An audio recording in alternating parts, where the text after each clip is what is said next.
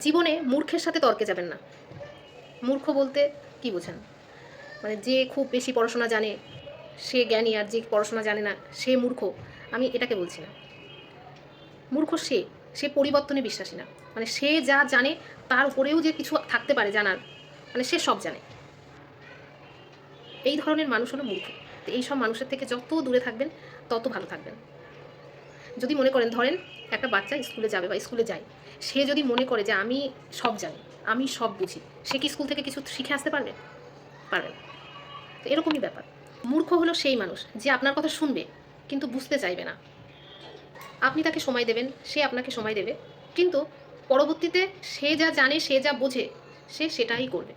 এই জন্যে বলবো, মূর্খদের জন্য সময় নষ্ট করবেন না।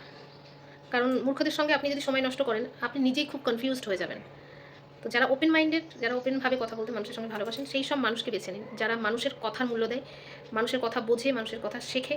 ঠিক আছে? যারা সব বোঝে, সব জানে, আমি যেটা বলবো আমার সিদ্ধান্তই শেষ সিদ্ধান্ত, সেই সব মানুষের থেকে বিরত থাকুন।